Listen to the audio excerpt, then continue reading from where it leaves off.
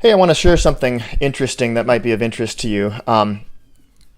Currently have three separate sellers who have reconsidered whether or not they should list right now. One of them is in Placentia, one of them is in Corona, and one is in the city of Orange. And all three of them, because of what's happening with the coronavirus, they've been considering holding off on listing their home until after everything has cleared.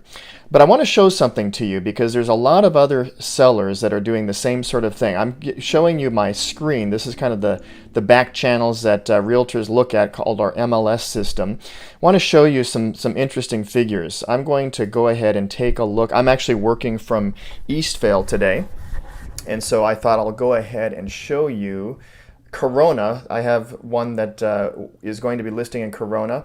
I'll go ahead and show you the city of Corona. I'm going to click on active properties in the city of Corona. Now, Corona is a pretty large city, and this is showing that currently there are 324 homes on the market. I don't know if you can see this down here at the bottom. Let me show you the results.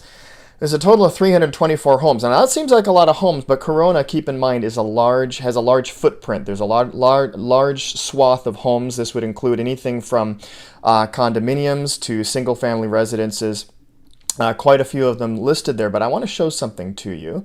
That if I go back and refine the search, and up at the top here where it says active, I'm going to deselect that, and I'm going to select here on hold. These are the homes that are currently on hold, and if you can see here at the bottom, there are 58 homes that are now on hold. I'll kind of maximize this so that you can see. Here's one page of them. There's 25 of them.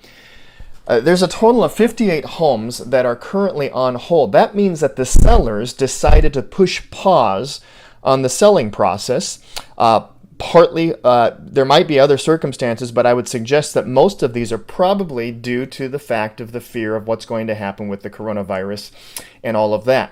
So what does this mean? Well, this means that if you want to sell your home right now, there are going to be fewer homes out there. There are a scarcity of properties out there in the marketplace, which means that if you are listing your home, you have less competition. That can be a very good thing for you as a seller.